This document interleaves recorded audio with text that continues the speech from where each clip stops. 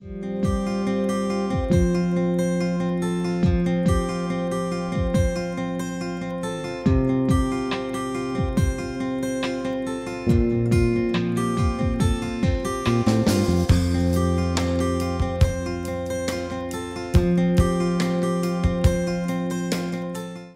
M. Subbiah is an assistant professor in mathematics in LN Government College, Poneri. He has specialized on statistics interdisciplinary. Being interested in active research program and mathematical or statistical modeling, he has knowledge in operating various softwares on statistical tools and on technical computing. Having 16 years of teaching experience, he has published papers in 8 national and international journals, and has also presented papers in 10 national and international conferences. Welcome to the UGC lecture series on mathematical sciences. Theory of probability is based on the way we understand probability and how it is been defined to calculate or to estimate the uncertainty. That means the quantification of uncertainty. That is a simple way to understand the term called probability. So, the title would be very much generic or very much broad, in the sense it talks about notion of probability. So, we try to give the meaning of probability using 3 kind of definitions: classical, relative frequency, and something on axiomatic. This idea of probability, it cannot be completely characterized or completely calculated by a strict mathematical formula kind of things. It needs a mathematical support and some axioms which normally may not have any proof. So, it is like a building blocks. So, based on that, a theory could be developed, understood, and it can be applied wherever it is necessary.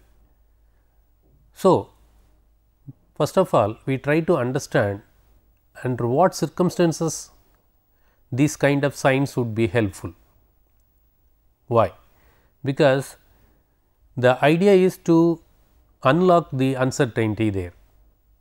When we are very much sure about certain events, occurrence of certain events. For example, if I know what I am going to do in the next 24 hours, so I will be going to some place, or I will be attending a seminar, I will be lecturing so and so. So, these are all the normal way to communicate what we almost sure or we are sure to do. It is a way in English we communicate our activity. So, we are very much sure about doing these things. Naturally, when we are not very much sure, then we have many ways to convey the particular message that we are not very sure. As far as the English is concerned, there may be many ways to say. Of course, in any language, particularly when we talk about English now, in English also we have many different manner. One particular word I coined here, probable.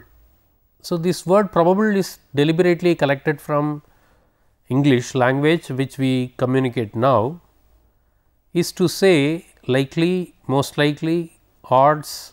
So, little technical terms people could understand when they read it in the newspaper. Odds, I mean especially for games, when 2 competing team are there, we could talk about the chance of winning in terms of odds, say 3:4, something like that.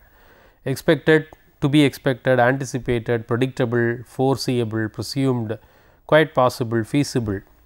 All these words are trying to communicate one important aspect, that the so and so event or the activities are not determinable, where you are not sure.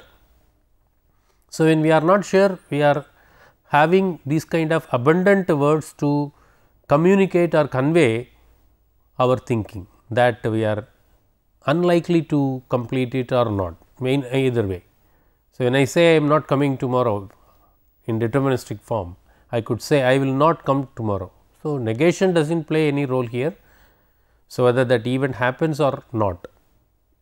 Therefore, when we are not very sure about it, this word will helpful with many synonyms which we have collected. So, why this particular word is important or interesting here is, we are talking about probability, possibly we can understand the origin of the word. So, the standard dictionary provides the meaning of probability also. So, that is what. So, the quality or state of being probable. So, it is better to understand what is the meaning of probable, and then you try to quantify it by the means of the extent to which something is likely to happen or be the case. So, the extent, this is what I am trying to say, how to quantify it. So, quantification is important, whether it is deterministic or not. We would like to say in some quantifiable form. Quantifiable means, suppose I ask what is your height, it is quantifiable. So, maybe 5 feet and 7 inches or 157 centimeter, whatever may be the unit, we try to quantify our height. So, we need to quantify in the similar sense in the common walk of life. So, when we say something like probable, if the person who listens to that is not so satisfied, then they may ask what could be the chance. You could say more or less in a contextual manner, or you could say 60% there is a chance to come. So, this is to convey that you are more likely to come or do that particular action. So, that is what, if you remember the meaning somewhere earlier, most likely. So, what we are most likely to do? So and so country is having a chance to win, favor for the team would be 3:1 if I say.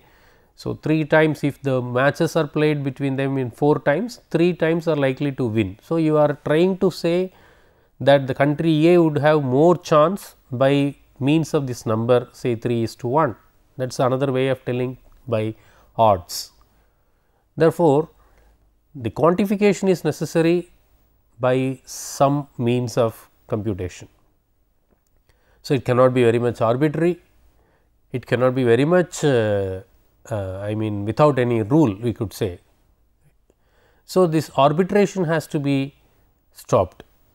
So, there must be some prescribed schema through which even we are able to quantify the uncertain activities. So, let me give you a small piece of information here. So, I have an activity, so far I use this word. If I have the activity, then broadly I go for, if I say, if I am able to say that it is impossible to happen, of course, this activity is impossible to happen. For example, in my case personally I could say tomorrow I want to become a commercial pilot, it is impossible as of now. So, this is an activity, becoming a commercial pilot, that to tomorrow is impossible. Therefore, there could be an activity which is impossible, maybe time or space, anything related to that. Anyway, sometime it is possible to do. So far we discussed this one and I introduced there is a chance that it cannot happen. Again it is certain, but it is sure event, but it is impossible. So, possible is likely to have two things, it may happen or it will happen, that is the difference. So, I could say certain it will happen and uncertain. So, something we need to develop an idea between this impossibility and certainty. This is 100% I am sure I will come tomorrow. So, this is sure. I will not come, that is also a sure event, but what is the event we are talking about? We are talking about coming or not. So, coming or attending whatever may be. So, For time being, do not bother too much about the grammar involved. This is an event for which I say 100% I am sure that I will come. I will not come also has some number as far as this coming is related, which is 0% is the chance that I will come. So, try to understand I will not come. If I say I do not come as an event, then it will take 100% and it will take 0%. So, deliberately I take this as my activity. Will you come? This is a common question. If I am very sure to come, I will attach 100%. If anybody suspects your answer, you could say 100% is the chance that I will come, sure. If you say I will not come, you could say 0% is the chance to come. So, this activity remains same. So, that is how this balance I would like to introduce here. So, this is also very sure, but it will not happen as far as this case is concerned, and here it is 100% sure we will have it. So, what will happen to this particular part? You could say I may come, possibly I come, or just now we have a word probably I may come. So, there are a lot of words in English of course to convey my uncertainty. So, the idea is this is the simple diagram to understand what we try to answer for our activities invariably by numbers. When we try to say in numbers, numbers are helpful to strengthen your thoughts, to communicate your ideas. 100% in common usage, of course, at least I hear somebody, some people could say 200% I am sure. What is the meaning? 100% is the scale in which the percentages are measured, but still we want to stress that it will happen surely. So, the quantification of your activity is done with the help of numbers. This is a common situation in many cases we are come across. When we want to replace this kind of textual manner, we prefer numbers. Okay. So, where the extremes are measured in such a way. So, we try to quantify our activities with the help of numbers. So, naturally when we talk about, when I am not very sure about an event, why not I give a number depending upon my likelihood. If I say 50% is a chance to come, so you are this way or that way, not completely decisive. If suppose I say 90% is a chance, then we are more likely to do that. If I say only 10%, then I am more likely not to do that. Therefore, this area is very much important, interesting for quantification of any activity where you are not very sure to do or not to do. So, these are the simple way to understand why the probability is a science where it goes with the number between 0 and 1 in a different scale, or this also a possible scale 0% to 100%, nothing wrong in it, but generally we use the scale 0 to 1. So, this is a natural way how we think, how we speak, that will be transformed in terms of numerical quantity. That is what I would like to say about that. So, the idea of probability, how it could be defined, we have seen in a very natural form. So, how we think, how we try to communicate, and why we require a quantification process. So, that is what we try to do in a very informal way to understand the way in which we communicate or try to speak our ideas, try to convey our ideas, whether I am sure to do or not to do, or somewhere this or that, etc. But historically speaking, the development of the science is quite interesting. That is also I am including in the in this discussion notion of probability. So, probability cannot be calculated straight away, okay, this is the formula and then do it. Why? Under what circumstances we try to do, and then how to do it. Of course, we have a systematic mathematical principle also, like we have sorted out 3 different kind of defining it. Therefore, before we go for that kind of more or less a formula kind of application or approach, let us begin with some historical note to understand where or in which situation people try to use it more often. So, I have few interesting points to follow. Probability theory, I mean the historical note for that, was originally inspired largely by games of chance. This is the idea. So, when you are not very sure whether you win or not, almost 1660 to 1750, even earlier there should be, but the recording or the systematic science development started in the period 1660 to 1750, a crucial period for development of probability, where more and more involvement, more and more development for understanding the probability. So, we could really surprise, or it is not that much that both are there, that the chance or the people think about the uncertain event very earlier in the civilization, it starts very earlier. So, it is a very natural process for quantification of uncertain event.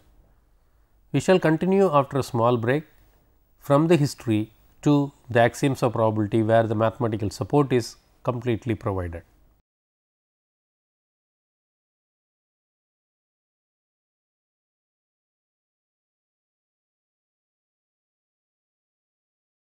So, welcome back to the discussion on notion of probability. So, as we observed that it has a very long history, let us take the next continuation.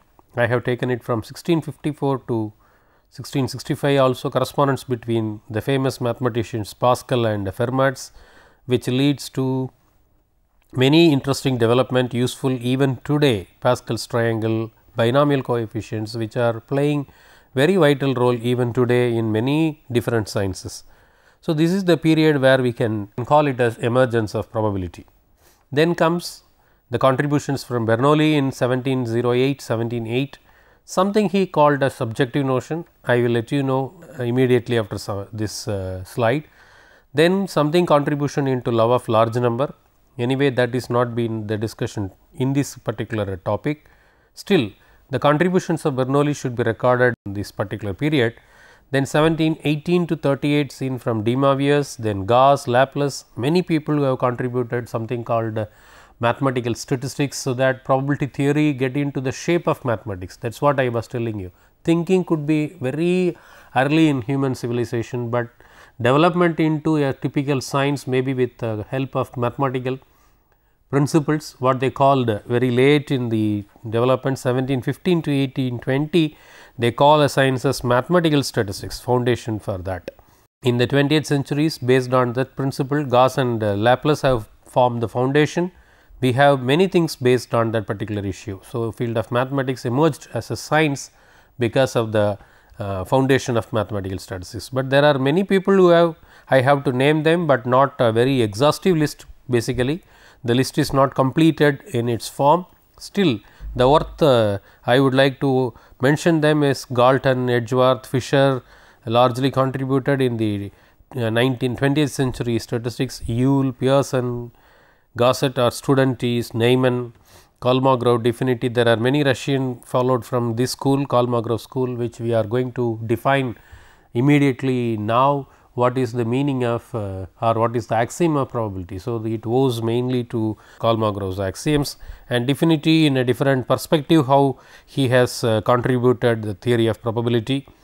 So, these are all interesting issues regarding the way in which it has developed into a science, developed into a mathematical form, what we are using today. Even there are many areas where we still go with the subjective notion of probability also, because the mathematical treatment sometime it becomes quite objective, and subjective notion of probability is also quite interesting, but it dates very earlier due to James Bernoulli. The idea for subjective notion is very simple. If I am able to assess the uncertainty more with my expertise, and then I am able to say this will happen or not. Sometime it may happen even in medical statistics, or a physician could say assess what could be the chance for cure, or a teacher could assess what could be the chance that student may pass or fail, what is the probability.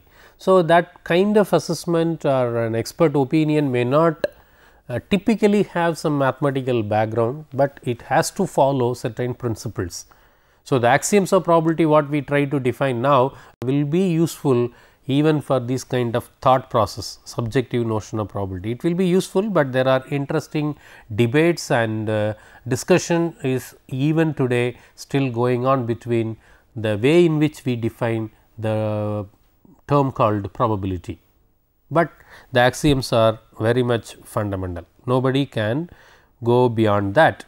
So, as I mentioned, we are going to look at three forms. The classical, of course, very old, but that is why I told you some historical notes also, that we should believe probability starts from very early and there must be some definition what we call it as classical. So, this gives a very simple thing.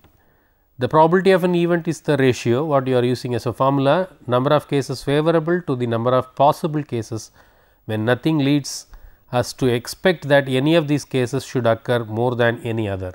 In simple language, I could say, suppose I feel that there are 5 cases are possible, we assume that all the 5 are equally likely. We expect that any one of these cases should occur more than any other, which renders them for us equally possible. So, one word I could replace here is equally likely, all the cases are equally likely. A simple classroom problem would be tossing a coin, there would be 2 outcomes, head or tail, we say that both are equiprobable. That is the meaning of this classical way of looking at the problem. So, I do not know what will happen, namely head or tail, but everybody knows that either head or tail will be the result when somebody tosses a coin.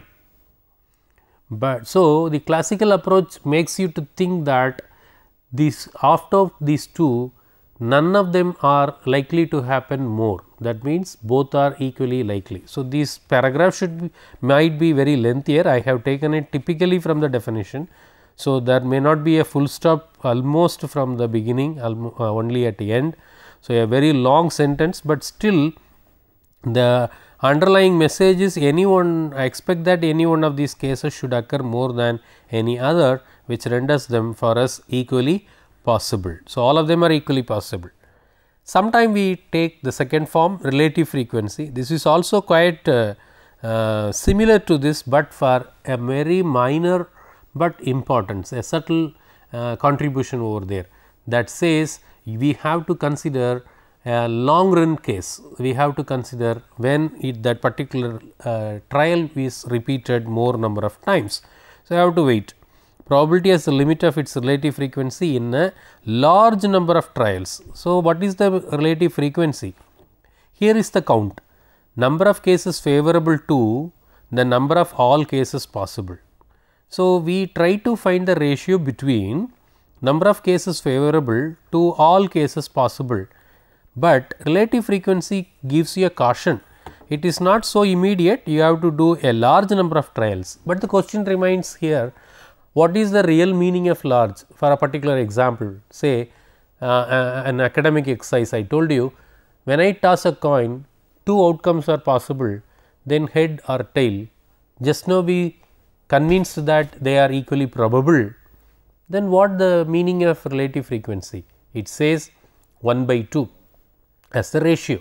If I favor for head, then you could say 1 is the chance, 1 is the number of favorable, if you look at these words, favorable, and another one is the total possible. So, 1 by 2 I can answer it from these people, but what will happen if I follow this way? They say we have to wait for large number of trials. How long? That is interesting part of the theory, but anyway this session is only to understand the notion of the probability, therefore, we just make the difference between these 2 definitions. Then comes the third, axiomatic. So, as I told you already, what is the meaning of the word axiom?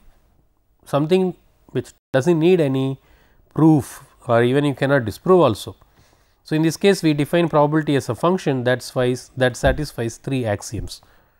So, a small detour for that, to have the 3 axioms, let us say a sample space, collection of all outcomes possible, then an event particularly interested, then there will be a something called algebra which has union, intersection and complementation of the sets.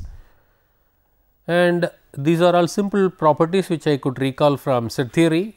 which is quite necessary to understand. Commutative, so it commute A union B equal to B union A and so on, associativity, distributive laws and De Morgan's law. Then sometime we call it as pairwise disjoint, that means you cannot have common occurrences, set of odd numbers, set of even numbers. So, you do not have a common element. A simple example for pairwise disjoint. Partition, pairwise disjoint and union will be the whole set S. These are all some definitions I could just recall from set theory. So, we have a sigma algebra which is closed under complementation and countable union. That means, when you take two elements in B, their one element in B, their complement also in B. Two elements in B, then their countable collection of elements of B will again the elements of B. Now, we go back to our probability. So, I have a sample space, I have an associated sigma algebra, nothing but set of collection of subsets of S. Then I have three axioms. Probability of A could be always greater than or equal to 0. You remember that chart I mentioned, a simple tree 0 to 100% and somewhere we are here. With that notion, we can understand this quite easily. P of A greater than or equal to 0, P of S equal to 1, that means a sample space. So, sample space will have all possible outcomes. Therefore, it is almost or it is certain. So, for example, in the simple tossing a coin, sample space will be tail and head. So, if you toss a coin, definitely S will happen. The chance or the occurrence of S is sure, therefore, it has to take the value 1, that is what axiomized here, P of S equal to 1.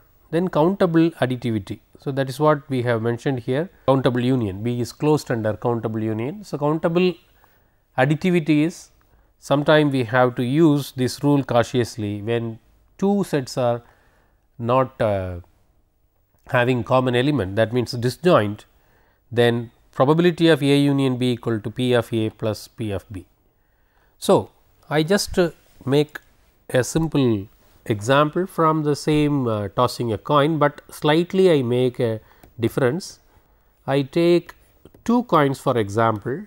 So, each of the symbol we have seen will be seen here with the help of this simple experiment.